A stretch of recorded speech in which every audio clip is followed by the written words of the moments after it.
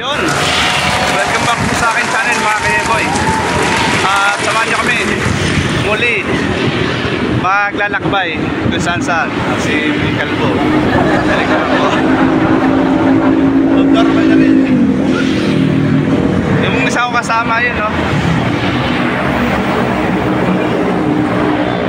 Nasiraan na rin ang ulo ang puta. Padyak lang ng padyak ang puta. Yun, at susubukan namin itong biyahin itong buntot ni Batman. Kung saan ang ruta, kung medyo mahirap-hirap pa or kaya kaya naman, basta daan-daan lang mga kayeboy. So kita-kits tayo doon, ha? Yeah boy.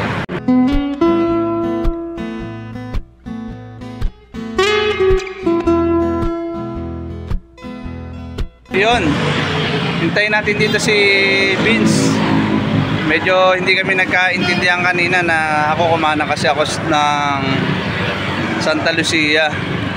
Dahil ang plano namin magkaka-Cardona kami mga kayeboy. Tapos siya dumire-diretso. Gago po. Sumabay doon sa ibang grupo eh. Ako kasama niya. Gago po. Tignan. Okay, hintayin natin siya dito. Sa may kanto ng Kainta Heritage. Sakita ko ito. Ayan, basta po. Tragis na yan. Merapan niya pa ako. So yun. Kita-kits tayo doon, ha. Bro! Yan. Tumating din.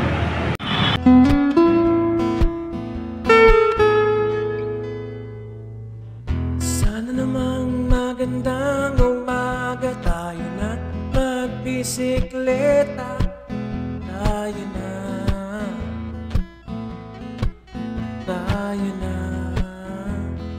Yun, approaching SM Taytay. Ngayon ko na lang ulit matadaanan after pandemic siguro. Yung binisita ko yung kapatid ko dito sa mababatong mahaba at nakakaramdam na rin ako ng gutom mga kayeboy. So kita-kits tayo doon, ha. Yeah boy. Woo! Yun, Taytay Rizal mga kayeboy. Dito sa Taytay Rizal medyo masikip pa lang daan dito mga kayeboy. So kaya kailangan medyo gilid-gilid at medyo tingin-tingin. Yan, ganyan. Diba? Para safe lagi tayo sa pagbabike. Malayo. Kailangan gilid-gilid ka lang. Dahil once na medyo sumaliwa ka dyan sa linya na yan, may possible na mahagip. So kaya ride safe sa lahat ng nagra-ride ngayon mga kayeboy. Lalo na sa family ko. Yeah boy. Singin ang mga trop, sa kulam mo ay bumangon ka. Tayo na. Sama lang iyong mga. Yun, mahaba-haba rin pala itong binangonan na to. Hindi rin, akala ko dati ang binangonan may eksila. Medyo may kahabaan pala. Nakakapadyak na kami ng ng 10 kilometro. Nasa binangonan pa rin kami. Yeah boy. Woo!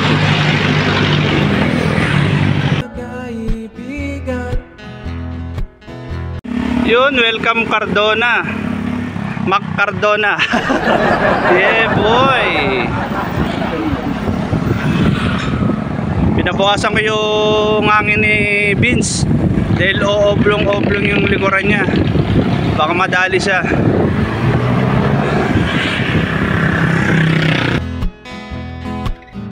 Mapadyak habang nagtatawanan. Yun o, touchdown Morong. Parang White House ah. Ano?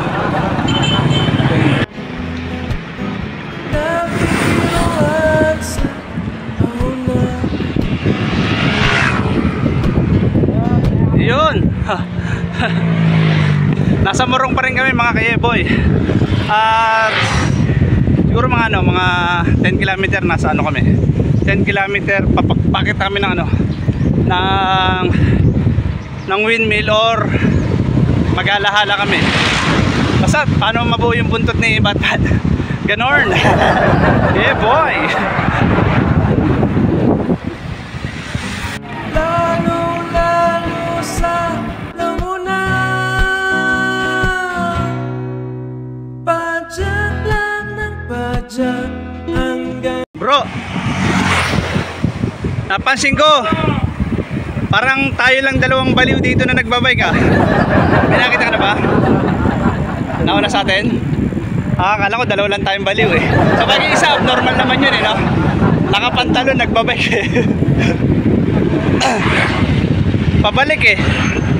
Ayun, approaching approaching windmill mga kayeboy. Ikaw ay malaspak, masaya naman, ikaw ay maganda. Yun, marami na palang development dito sa pag-aahon ka ng Pililya mga kayeboy. May mga improvement na. Dating tapunan ng bangkay yan dun. Ngayon hinuhukay na. Mukhang tatayuan yata ng malaking building mga kayeboy. Kaya kung bago ka pa lang ulit na makakarating dito sa Pililya, maraming bago sa paningin mo mga kayeboy. So maaw na ako. Mukha lang hindi. Pagod na nga ako, panihingal oh. Yeah boy! Padyak lang ng padyak hanggang ikaw ay malaspak, masaya naman kahit Yun oh, yung electric pan na malaki oh. May wagang LC. Dami na talagang bago dito mga kayeboy, daming pagbabago. May balkonahe na sila oh. Dito pa may Dig Israel oh, Dig Kape oh. Yeah boy. Yun, kung makikita nyo, yan windmill, electric pan na malaki. Ay, kasama ko. Ayun, kasama ko. At sabi pala ng mga eksperto, bago kayo magbike, kumain daw muna kayo ng mani. Marami daw benefits yung mani. Pag kinain mo daw yung mani, nandyan daw yung sustansya. Masustansya daw. Tapos bukod dun sa masustansya, lalakas daw ang resistensya mo. Kaya pala totoo, humina resistensya ko. Hindi ako kumain ng mani. Sa susunod na long ride namin, kakain ako ng mani. Pero marami daw benefits ang mani, pagkain ng mani. Sabi ng mga ang tawag doon, yan yung mga aso. Storbo kayo mga gago. Yun, sabi ng mga eksperto, marami raw. Sa susunod na vlog ko, alamin natin kung ano ba yung yung mga benefits na kapag kumakain ka ng mani. Meron pa ang tanong eh, anong klase daw mani? Yung may balat o yung kalbo? Kahit alin doon, nasa inyo na yung mga gago kayo. Basta't mani ang pinag-uusapan. Yun. So approaching, mabitak na kami. Pero bitak-bitak na rin ang hininga ko sa pagod. Yeah boy! Woo! Kailangan natin ng energy para lalong lumakas. Woo! May pare ko, bilisan mo na. Yun, touchdown Bugarin mga kayeboy. At hindi ko na nakuhanan yung mga baka doon. Baka kasi luma na eh. Baka din mga presyon. Mga presa. Last 1 kilometer approaching Mabitak. So part na ng Laguna yung mga kaya boy. Ibang iba talaga pag nasa probinsya pa.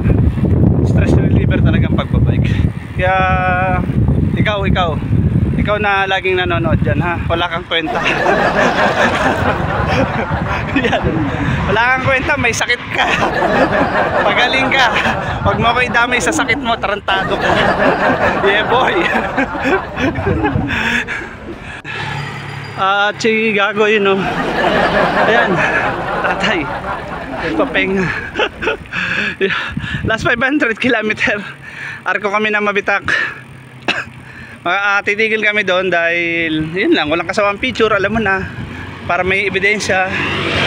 Dahil pag wala kang ebidensya, tamang hinala na naman si Commander. Kailangan may ebidensya. Baka sabihin nagpunta sa barkada, hindi nagbike, ganun. Wala talagang ganun eh. Sundin na lang natin sila, wala namang mawawala eh. So last 500 kilometer, 500 meters, nasa Mabitak na kami. Pababa ako ngayon, dinadahan-dahan ko dahil iningatan ko sarili ko at sobrang dami nagmamahal sa akin. Yay! Yeah boy. Yan oh, bangin na kasi yan, kaya kailan dahan-dahan ka dyan. Hindi pwede ditong payabangan. Yun, maya masisilip na natin si Mabitak. Ops, sige. Kita-kits sa Mabitak Arko mga kayeboy. Sa lugaw wala tayo makita. Yun, mahabang paba dito sa Mabitak mga kayeboy. Tara na, tara na. Hanap na ko ng ating syota. Kailangan na natin bumaba. Tara na. Yon sa pool. At takbong ano lang tayo, takbong kumain sa fiesta mga. Habang hinantay natin si Vin sa likod, nagmuni-muni pa yung gag. Kumukuha-kuha pa ng video yun, pan reels. Kaya dadaan-dahanin lang natin para hindi naman masyadong maiwanan. Dahil mamaya ako iwanan nun. Yun. Asa na kaya yung gago? Hindi pa makita. Ito na ba? Ay, hindi. Motor pala to. Mahanap ako ng mapupusuhan na maganda-ganda. So kaya so dito yung tinanim ko mga palay dito, binagyo pala. Kaya nauso under rice dahil dito sa Laguna, dito may palayan. Napakamura ng bentahan nila dito. Tapos pagdating sa Maynila, grabe ang presyuhan, triple. So ganun talaga mga negosyante. So shoutout pala sa mga viewer ko na laging nanonood at hindi nag-skip naman. At sa family ko na laging nakasuporta sa akin. Ingat kayo dyan at ako'y gutom na. Yeah boy. Vulcanizing din yan, no? Yan. So hintayin natin dito si bro. At dito siya lalabas ng lungga niya. Okay. Papasok tayo sa hala-hala mga kayeboy. Pero Mabitak pa rin to. Mukhang tinamaan ng baha dito sila. Oh, kawawa naman. Sinagtala, barangay Sinagtala. Oh, yun oh, putik. Maputik doon. Yun. Yun. Shoutout sa mga tropa ko dyan na mga kengkoy. Dyan sa may sa may Quezon Hub. Paggabi yung mga gumagala doon. Mga tropa ko yun. Saka doon sa may yun pala yun. Pegasus. Makumpara ko madalas doon pumunta. Shoutout sa inyo mga animal kayo. Ang ganda dito kaso talaga pinaha sila. Ayan yan. Pinaha sila kasi obvious naman. Pati mukha ng mga tiga-tao dito mapuputik. No? Kaya kawawa naman. Kanina yung bikers nadaanan ko doon sa Mabitak. Tinanong ko, biniro ko kung ano nilagay niya sa mukha niya. Sabi niya wala. Sabi ko, ay putik pala yan. Kasi binaa sila. Yun. At buti lang sumang-ayon sa amin si Haring Araw, hindi kami inabutan ng ulan. Iba talaga pag manalangin, no? Kaya magaling kang manalangin eh. Lagi kang mananalangin. Yeah boy! Woo! Grabe dito, landslide oh. Mga kayeboy, kaya kumaliwa kami. Ayan oh. Landslide, grabe. Yung mga ay grabe oh. Landslide. Yawa, pagbigyan mo naman ako. Sige. Thank you, thank you. Thank you. Salamat po, salamat. Yun no, landslide. Grabe. Ayun oh. Yun yung landslide oh. Kawawa na may mga ano dito, nakatira dito. Tapos doon demolition. Ito mga kengkoy oh. Yun. Shoutout sa inyo. Mga kupal kayo. Para kayong kakilala ko. May sakit. Ay nako. Kasi mga yun. Shoutout sa mga nakatira dito sa may Laguna na landslide. Kung may pera lang kayo, kung may pera lang ako, lahat kayo buhay. Hindi ibig ko sabihin. Pero kayong ano, souvenir sa akin. Mga mahot na yan sa YouTube. Ay, mga ano ba tawag doon pare, yung binibigay. Nawala naman sa utak ko. Ano yun? Donation? O bala na basat yun. Kaso pag sumahod daw itong kasama ko sa reels niya. Yeah boy. Woo! Dumaan kami sa liblib na lugar. Kita-kits tayo doon sa labasan mga ka-boy. Marami kaming lugar na nilusot-lusutan dahil bawal, dahil nga sa landslide. Yan. So kaya napadpad kami dito mga ka-boy. Bahala na sila. Ito nagtumbaan rin yung mga puno ng saging oh. Ayan oh. Grabe.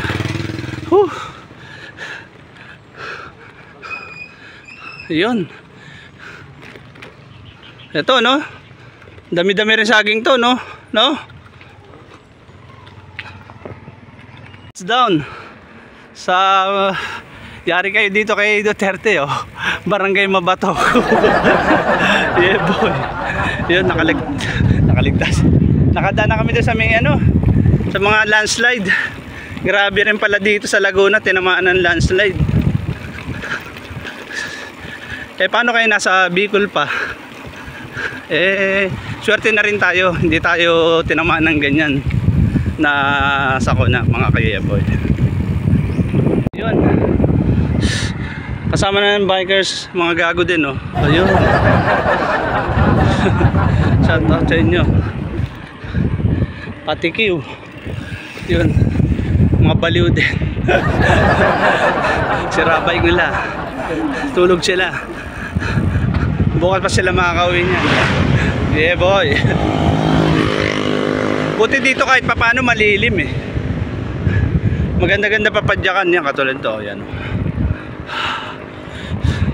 Mga ilan dekada na lang wala na tong puno na to. Baka puro building na to.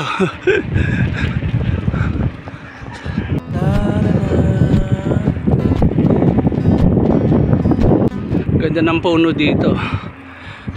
Harang. Harang siya yan oh. Kaya kahit paano may lilim. Touchdown hala-hala. Punta Hala-Hala Rizal. Okay ah. Sama ng iyong mga kaibigan, umapadyak habang nagtatawanan. Yun, negro na ang puta. Negro na naman ako. Woo! Malapit na namin mabutas yung Pililya mga kayeboy. Ang init to, ang tirik ng araw, ang putik. Wala talagang ganyan.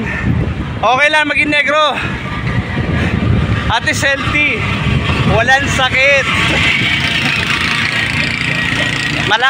Malakas ang endurance ito oh. Tumatagal to, ano pa to, nakakalima, tanong mo siya. Yeah boy.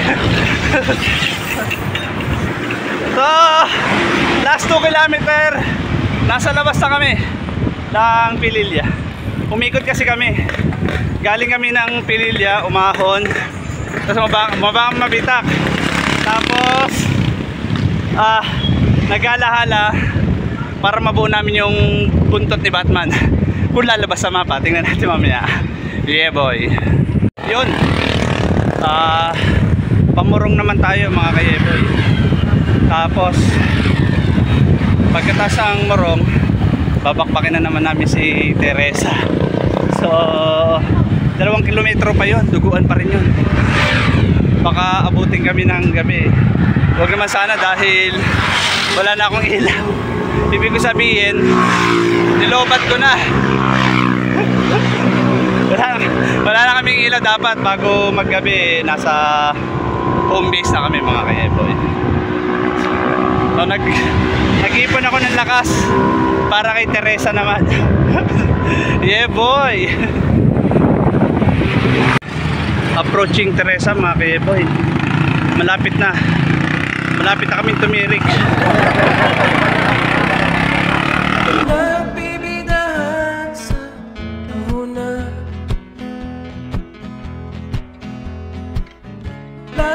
yun, touchdown Teresa, yawa. Nakapagod. Kita sa mukha ko, pagod na pagod. So 3 kilometer itong babaybayin namin mga kayeboy. Kita-kits tayo doon. Kung kakayanin ko pa. Nakaka 142 kilometer na kami. Masama ko ang bilis ang putik. Ay, nakaraos na rin sa Teresa. Kapagod. Naabot na kami ng gabi mga kayeboy. Kaya ito talaga pag walang practice eh. Ang daming dahilan. Yun, approaching Antipolo na kami. Nakaraos na kami kay Teresa. Sobrang hirap mo Teresa, yawa ka. Pinahirapan mo kami. Sa bagay pagod na kasi kami, nakaka 140 km na kami mga kayeboy. So kita-kita naman tayo. Si Antipolo naman ang bibirahin namin. At papahirapan kami. Yeah boy. Yun, touchdown. Robinson Antipolo. Robinson mga kayeboy. Tapos ito, kakanan na kami dyan, papuntang Antipolo. At Pakatipon, ayan, Antipolo. Masinag, yun pala, Masinag, sorry. So medyo groggy na tayo dahil pagod na. At Merry Christmas dito sa Antipolo. Dahil Pasko na sa kanila mga kayeboy.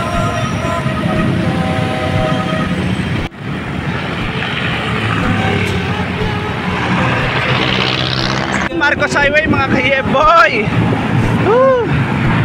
Malapit na kami sa katotohanan.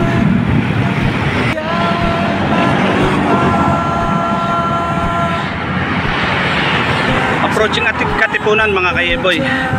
Medyo kinakabahan ako dahil wala akong ilaw. Dalang ilaw ko sa harap, sa likod wala.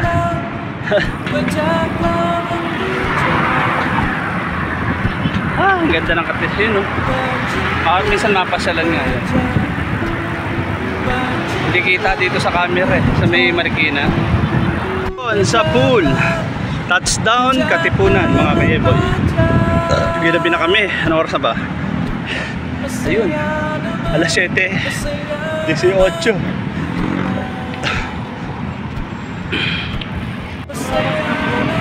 Alas 7:30. Yun! Touchdown na sa home base, mga ka-Yeboy. At magko-closing na po kami. Maraming salamat po sa panonood nyo.